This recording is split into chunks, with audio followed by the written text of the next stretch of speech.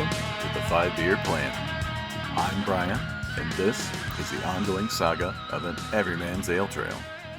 In this episode, I will channel my inner Belsnickel, finish my journey with Katrina and William from Married with Hops, and review Northern Border Porter from FBP Homebrew Project. But before we get this party started, here is this episode's burning question. What is your favorite American porter? I looked back at my check-ins on Untappd and found several that I have enjoyed over the years. Sweet Baby Jesus from Dewclaw Brewing is a longtime favorite of mine. If you know, you know. But regionally, the other American porter that has always hit the spot is Patched In Porter from Unruly Brewing in Muskegon, Michigan. Dark pour and a roasty nose lead into this nicely balanced porter. Especially on tap, it is a solid choice.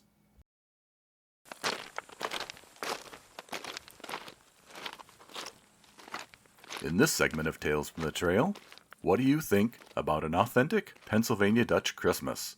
Drink some glue wine, enjoy some Hassenpfeffer. Enjoy Christmas with St. Nicholas's rural German companion, Belsnickel. So, my faithful listener, have you been impish or admirable?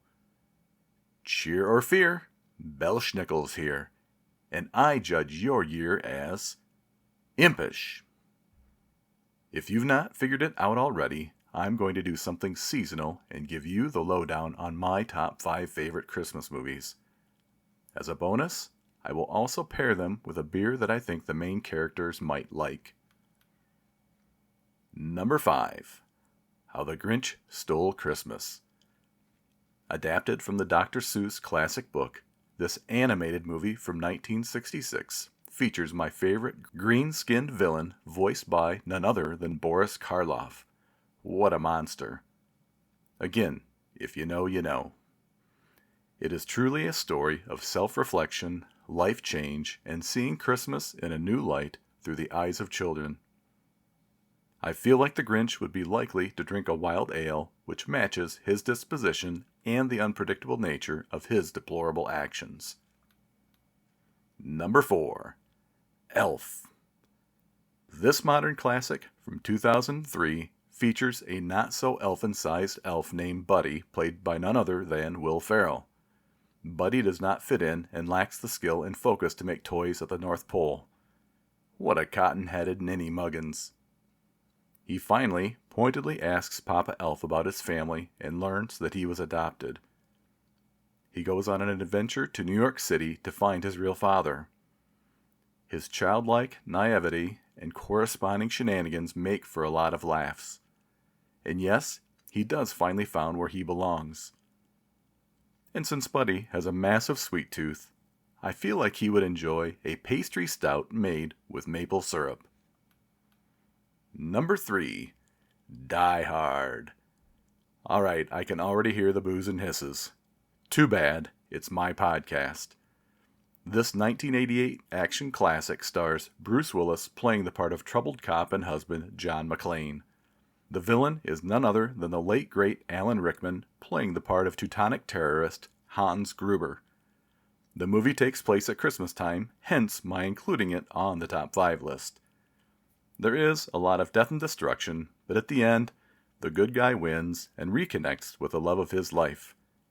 In my mind's eye, in another universe, I could see John and Hans sitting down after work enjoying an American Pilsner and German Pilsner respectively.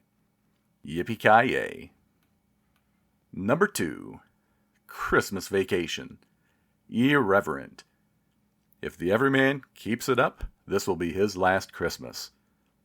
This classic from 1989 is probably one of the most quoted Christmas movies ever, making it the gift that keeps on giving the whole year. The hard-working Midwest food scientist Clark W. Griswold, played by the comedic genius Chevy Chase, merely wants his family to have the happiest Christmas since Bing Crosby tap danced with Danny freaking Kaye. Much to his chagrin, the extended family comes to town, and as Ellen laments, it's Christmas and we're all in misery. Cousin Eddie steals the show on this one. From his "save the neck for me" comment at Christmas dinner, to the iconic "the crapper was full" line while emptying the RV septic into the sewer while drinking a Meisterbrow in his bathrobe. Indeed, 'tis the season to be merry. Clark strikes me as the sort who would sit down in front of the TV and drink a light lager after a long day of checking thousands of tiny little lights. Drum roll, please.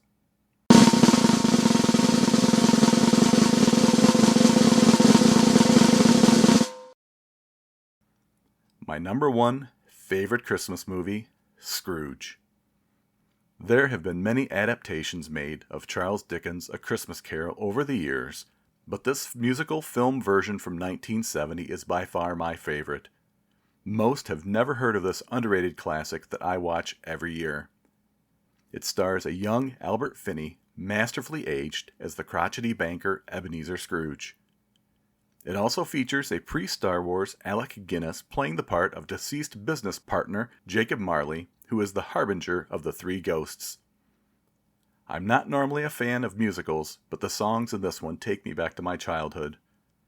The soundtrack has 18 songs, and many are lyrically catchy and just fun to sing. The cinematography is great, the sound is sublime, and the casting is spot on. Interestingly, there is a scene after Scrooge's encounter with the ghost of Christmas Present where he goes to hell, and this was typically not shown on network TV. It probably was a good thing because it would have scared the dickens out of me as a child. It's a bit of artistic license by the director, as Dickens never even had this in his book. After a long day of enjoying the merriment of Christmas, Scrooge strikes me as the type of chap that would drink an English old ale, which is a strong, dark, malty beer, often casked for a year or more. What is your favorite Christmas movie? Let me know. In this segment of Homebrew Hijinks, it's time to bottle up the brew.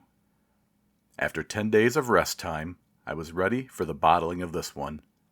I brought my fermenter up from the basement and placed it on my kitchen counter. I cleaned my work area and then prepped my equipment for bottling by submerging a dozen bottles, caps, tubing, and bottle filler in the PBW solution that was prepared in my 1-gallon pitcher.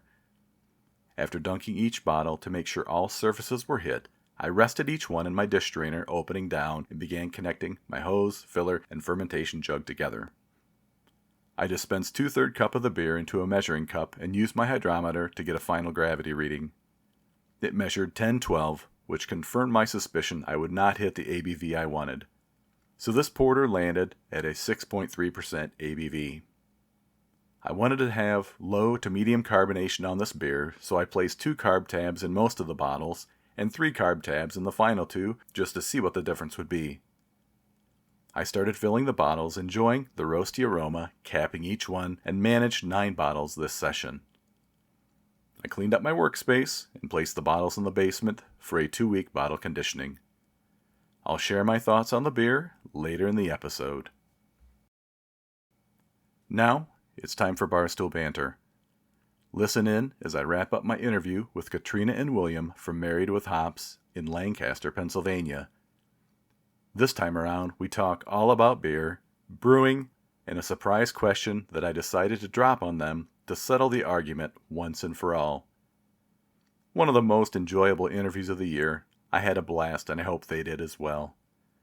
If you're interested in learning more about their journey to 2,000 breweries, follow them on Instagram at Married with Hops, all one word. I get thirsty while I'm talking, so I'm actually drinking something from out your way. It's Shoe Fly Porter from Lancaster Brewing. That's great, and it's a really nice beer that I'm drinking out of my official Trogs tulip glass. You got Trogs too. Of course. I mean, only the best from Pennsylvania. Yes. But both of those are equally good. Yeah, Lancaster Brewing's been around, I don't know, like 30 since the 90s. They're one of the originals of Pennsylvania. And then Trogs, we're about 25 minutes from. We love Trogs. It's definitely one of our favorites locally. That's our closest bigger brewery. We go there quite often. I will say, because they're in Hershey, and Hershey is a very touristy city, we just pick and choose on when we go. It's hard to go there in the summer because of Hershey Park, so we just tend to go early in the week. We tend to go early in the day just to try to avoid some of that tourism. But I would say if you've never been to Trogs, I would recommend it. They are amazing. Yes, it is. I went probably 5 years ago, visited Harrisburg, Hershey, probably 15 breweries out there that we hit while we were there. So it was pretty fantastic. Good places out there. Trogs facility, we drove in at night and, just this huge lit up thing with the big tanks outside. It's like, I was just sad we were too late to get in and do the tour because I really wanted to tour the facility. Yeah, we've done it twice now, I think. Yeah, very good tour. And they've actually expanded since you've been there. They added a bigger canning line, bottling line. They've done a lot of changes, improvements. I think they're a brewery that, like we've talked about, is constantly evolving, changing. I mean, obviously they probably have the money to do that, so that helps. But I think earned every part of that. They seem like good people. They have a big drive too that they want to be very self-sufficient. They even do a CO2 capture through the brewing process. Solar panels on the roof. Definitely take the tour for sure. You'll enjoy it. We'll call us and we'll take the tour. It is fun. We've gone because it's like, we have nothing to do and it's like winters. I mean, they did it for the 25th anniversary. If you booked a tour, you got to be with one of the Trogner brothers. At the end, they did like a Q&A. So we're like, well, that'd be cool. So we met Chris Trogner, I think was who we had, and we got to have like drinks with them. So that was fun. Yeah, that's awesome. And Trogs is one of those breweries I can get it out here, sort of, kind of, for the most part. Can't get everything I want out here, but I get most of it. So I'm a big fan of Nimble Giant. So the Nimble Giant I had for the first time, again, it's probably 5 years ago, our local gas station here. The distributor brought some in and I was like, oh, you need to get more of this. And I ended up buying like a whole case of it. So I always try to find that every year because I just love that double IPA. It is so amazing. If you're ever seeking anything, we could maybe get something to you. So thanks. I appreciate that. Don't be afraid to reach out with that. Yeah. We'll do. And likewise, if there's anything out this way that you think of, let me know. What is your favorite local spot there in Lancaster? Well, obviously we mentioned Trogs. Trogs for sure is one.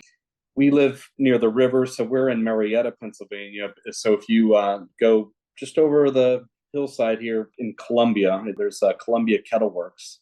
We're a very big fan of them. They've been around maybe 8 years. Yeah. 6, 8. They have like 3 locations now. They have great beer. They rotate a lot and they have a great tap room. We've always been cheering for them to do well. Yeah. And then there's another smaller brewery in Millersville, near Millersville College, called Rainy Cellars. We always tell people it's a very local spot, but beer quality wise, we always rank them in the top in the area. It's always good. It's always fresh. He lived in Colorado and he brewed at a couple of breweries in Colorado. I can't recall the breweries that he worked at in Colorado, but he has a lot of experience. So when he opened his own place finally, it's been amazing. Yeah, they're not at a distribution level yet, so they're still small. Taproom only is how you can get their beer, but amazing beer. Those are the kind of places I really enjoy personally. Yeah. It would be nothing to strike a conversation up with him, and he's more than welcome to talk about his beer. Cool. Yeah. What's the most unique brewery that you've ever run across? Yeah, we had a couple. It was hard because it's how do you define unique? What do you consider unique? We consider something unique as far as just not only the beer, but getting a unique taproom experience. There's one in Fairview, North Carolina, which is, I don't know, half hour west of Asheville, near Lake Lure. They're called Whistle Hop, and they have outside seating, but then they have all their beer and their tap room is inside of this actual train. So it's nice. You go into the train to order your beer, and then you can actually sit inside of this caboose to enjoy your beer. You can climb up the ladder and sit, but there's like seating up top this ladder. Okay. They have like a patio, but then there's another car. Yes, and they built this really nice, huge patio. It's 2 trains. I'm sorry. The caboose part is where they pour the beer, and there's a couple seatings in there, and then there's empty one and just open. And then like during the winter, they'll put heaters and stuff in there. And then in between the two is they built this really nice deck. So every time we go to Asheville, and we go there a lot, we make sure to hit that brewery just because of the uniqueness of that. So that sounds fun. It's always a great experience. And then another one we jotted down was it's called Po' Boy Brewing. Yeah, Jefferson Station, New York. Yeah, it was. We went to the Hamptons, and we were driving around areas of the Hamptons. So I guess Long Island is that whole area, and it was like this woodland creature setup. Like you walked in, and there was murals of like forests, and it was so beautiful because there's like fairy lights, and then there was even this little garden seating in the back, and there was like a little white picket fence. it's hard to explain. You can obviously Google it and look at pictures, but it was really, really It felt beautiful. like being in the woods, but you're inside. When you walk up to the bar to order your beer and they have a few bar seats, that part was almost like it was a shack in the woods. So you go in and you really get this whimsical kind of very it's like being in a storybook kind of. So that was the one two. We definitely were like a good mention. Those two definitely stood out because they were so very unique. Attention to detail was very important. You could tell it was very important to both of those breweries, and we really liked that, especially after going to so many breweries. Like the attention to detail, we very much appreciate that. So it's those are the things that we look for, is the attention to detail. So I have a really good memory, and I usually, if I say a brewery we've been to, I can kind of picture it, but to think of unique ones, that's like I really had to go through, because it's so hard to obviously remember specifically, but I do my best and I write them down. So those definitely stood out, but I'm sure there's more.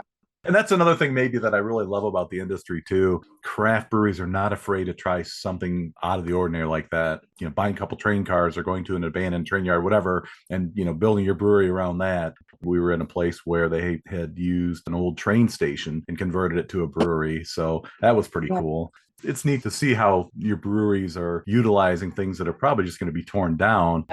Because they're just falling apart.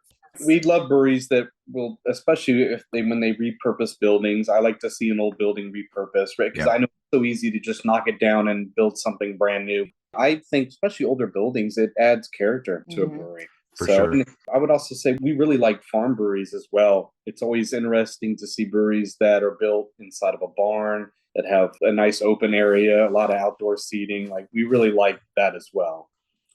So have either one of you homebrewed before? I have a little bit. Yeah, a little bit. That actually led me to a brewing program through Penn State, Berks County. So it was a certificate program, and it was a year-long program. So I actually just completed that this Saturday. I graduated from that. Hey, congrats. Cheers. I want to put all that knowledge to do more home brewing. I'd like to put more of that knowledge to brewing more, either somewhere or for myself. In any fashion, I want to utilize that knowledge. He's trying to transition into something in brewery, maybe not official brew, but something where he could work at a place, and so he's trying something new, which is great. Hopefully he'll find something here. Yeah. We would like to move to maybe Asheville, North Carolina. Obviously, obviously they're going through some stuff right now, but that's been our long-term goal.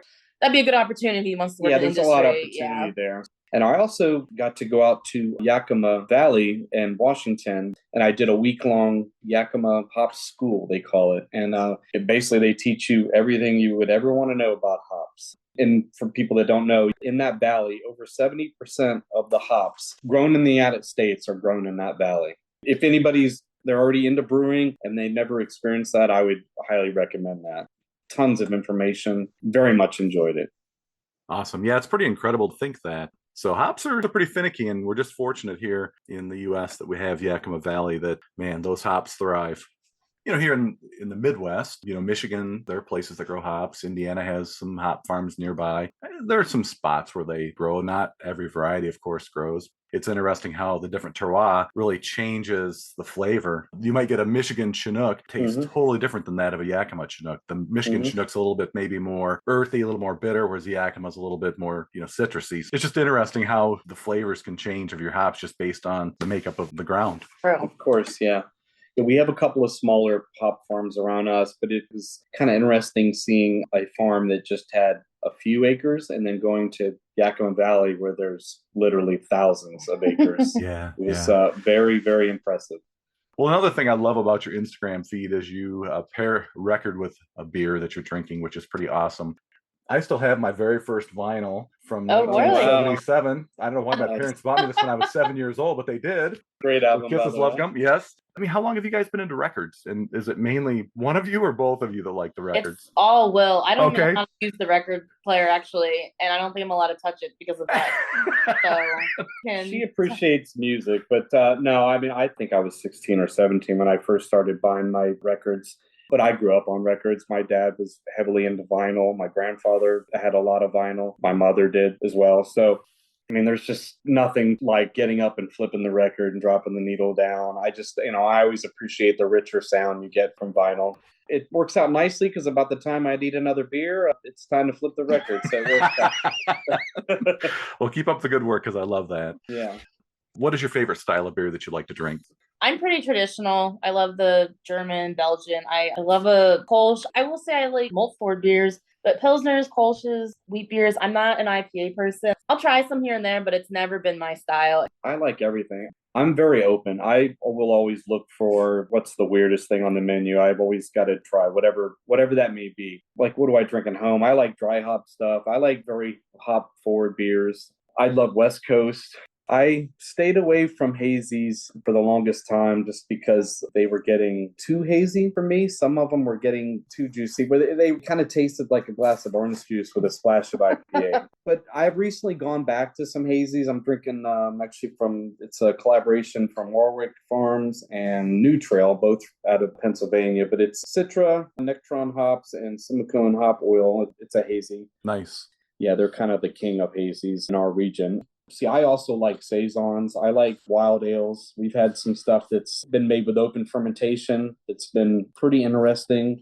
Both of us really like cream ales. And at least around us, we've noticed that cream ales are becoming very, very popular around us. It was kind of, I don't know, last year, the year before, it was like the year of the lager. I don't know. I just get this sense of like, man, cream ales are becoming very huge around us, which I appreciate because I really like cream ales. I think it all comes in waves. I mean, traditional was really hot.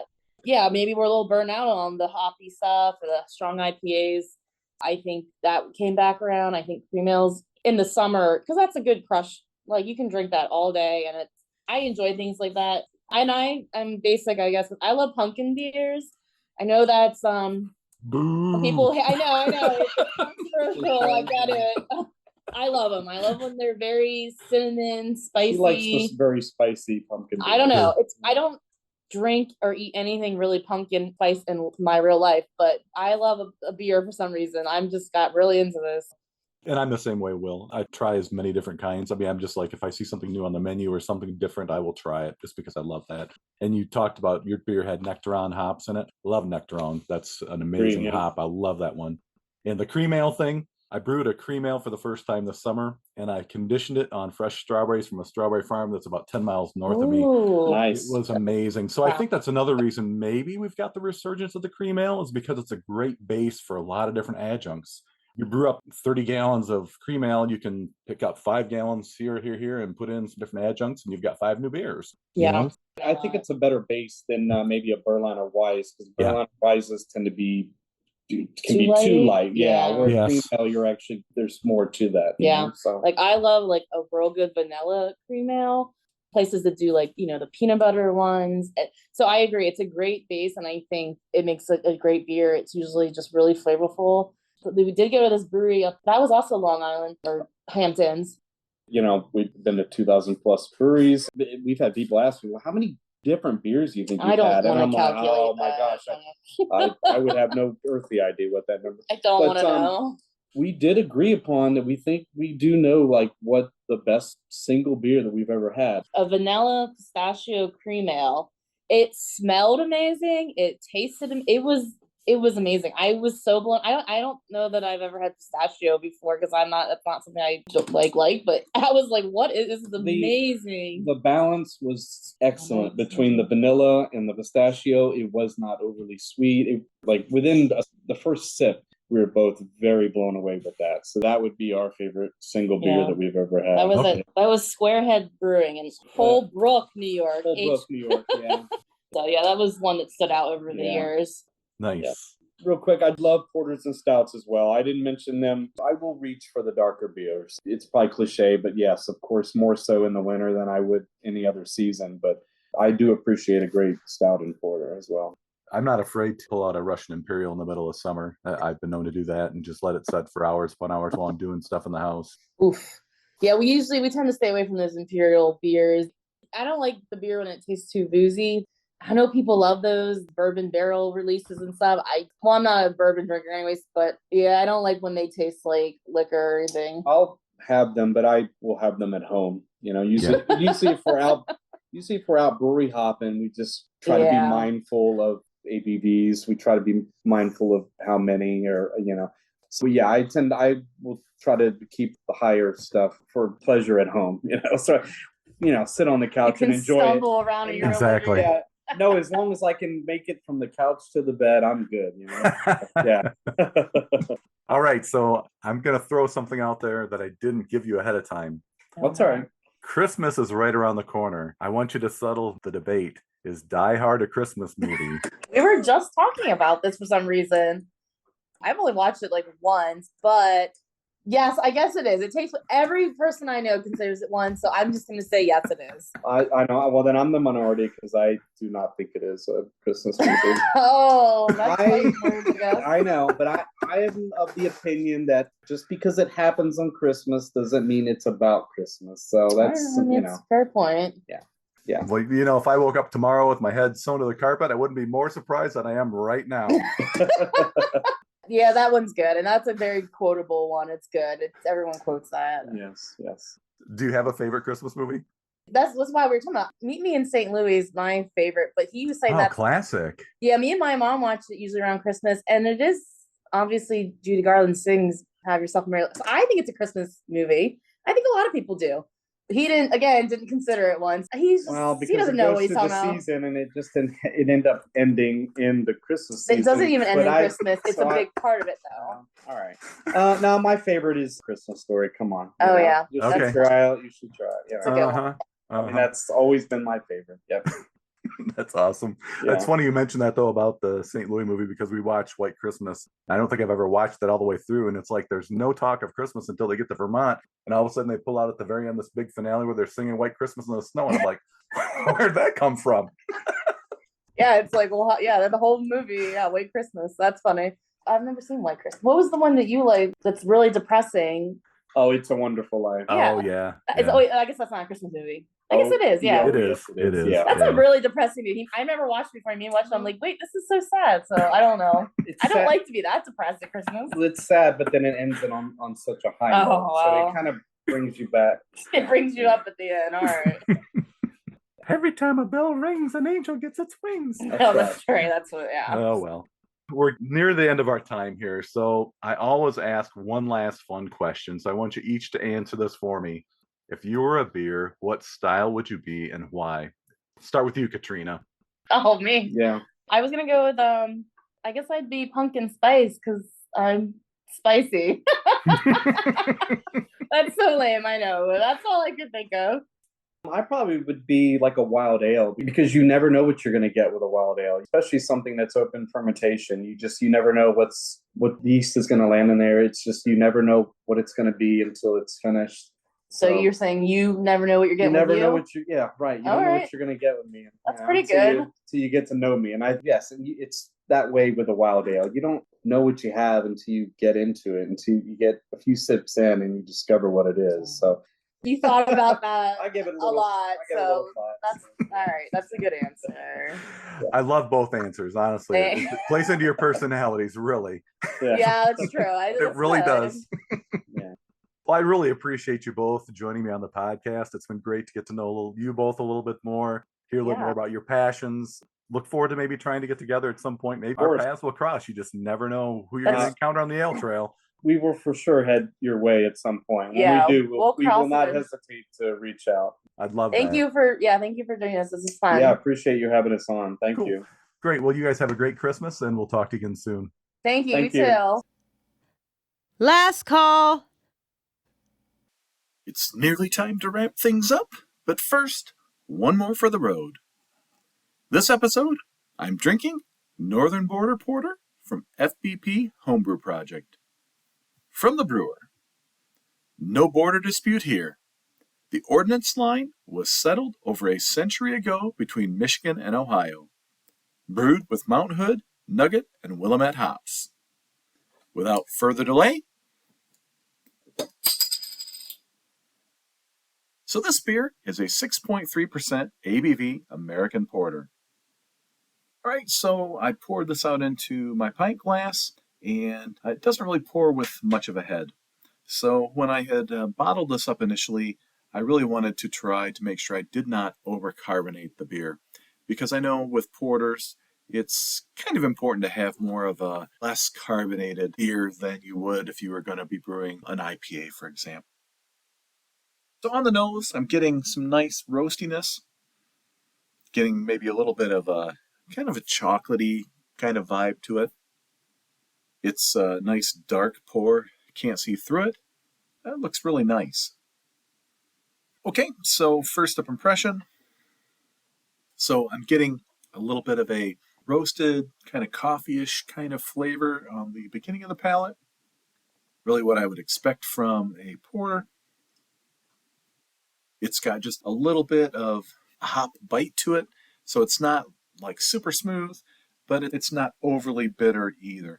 I mean, honestly, I think that the 3 hops used in this, I think they play well together in this beer. And I would say that I'm getting the hang of it, folks. You know, I still have a long way to go trying to understand the minutia, the ins and outs, some of the finer points of brewing. But I would say that I've achieved what I had set out to do with this beer. I only added in a few ounces of flaked barley for this recipe.